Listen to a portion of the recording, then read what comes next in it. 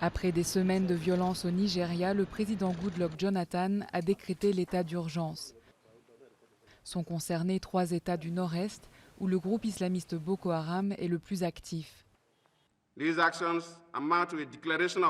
Ces actions s'apparentent à une déclaration de guerre, à une tentative délibérée de nuire à l'autorité de l'État nigérien et de menacer l'intégrité territoriale du pays.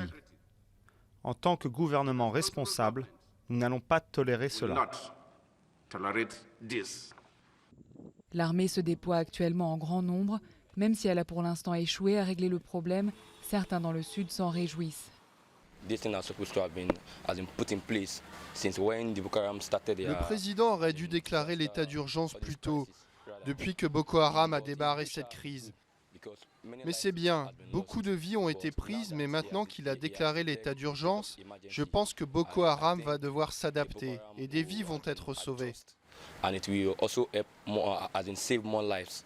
La mesure intervient après de récentes attaques dans l'état de Borno, épicentre des activités de Boko Haram. Celle du 16 avril dans le village de Baga a été suivie d'une violente répression par l'armée. 187 personnes ont été tuées. Le 7 mai à Bama, un autre assaut a fait au moins 55 morts. Le chef présumé de Boko Haram, Abubakar Shekau, a revendiqué ces attaques dans une vidéo. Il y a une véritable escalade de la violence, ça monte sérieusement. Et ça semble lié à une augmentation des ressources de Boko Haram, des armes plus sophistiquées, probablement un financement accru aussi. Mais le déploiement de nouveaux soldats n'est pas une bonne nouvelle pour beaucoup d'habitants du Nord-Est qui craignent la brutalité de l'armée. Le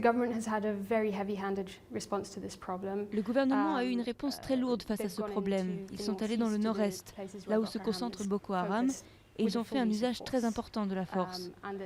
Malheureusement, beaucoup de civils ont été pris dans les violences. Il y a eu beaucoup de rapports sur des violations des droits de l'homme par les forces armées. Depuis 2009, l'insurrection de Boko Haram et sa répression par les forces de sécurité auraient fait, selon Human Rights Watch, 3600 morts.